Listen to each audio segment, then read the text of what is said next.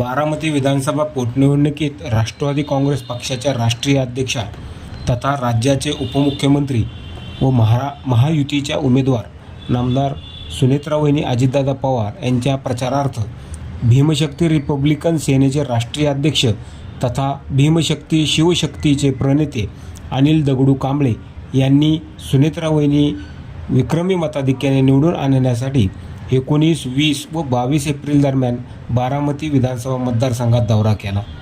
21 April रोजी झालेल्या सांगता सभेत उपस्थितांना मार्गदर्शन केले. यावेळी त्यांनी बोलताना सांगितले की राज्याचे उपमुख्यमंत्री स्वर्गीय अजितदादा पवार हे शिव फुले शाहू आंबेडकर विचारधारेवर काम करणारे होते. कामाचा माणूस व नवनिर्माण महाराष्ट्राच्या विकासाचा ध्यास उराशी बाळगून सर्व जाती धर्माच्या शेवटच्या माणसाचा विकास व्हावा म्हणून पहाटेपासून कामाला लागणारे अजितदादा होते. अजितदादांचे स्वप्न पूर्ण करण्यासाठी त्यांच्या अर्धांगिनी सुनेत्रावहिनींना विक्रमी मताधिक्याने निवडून आणण्यासाठी त्यांनी उपस्थितांना आवाहन केले.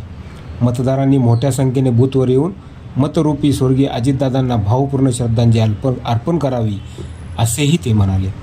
सदर दौऱ्यात भीमशक्ती रिपब्लिकन सेनेचे बारामती तालुका अध्यक्ष अशोक बगाडे, महिला आघाडी प्रमुख सौ उर्मिला कांबळे, अध्यक्षा श्रीमती मंगला पवार उपस्थित होत्या. अजितदादांच्या स्मृतीस्थळावर जाऊन त्यांनी श्रद्धांजली अर्पण केली. यावेळी युवा नेते जय पवार सुनेत्रावहिनींचीही भेट घेऊन शुभेच्छा दिल्या.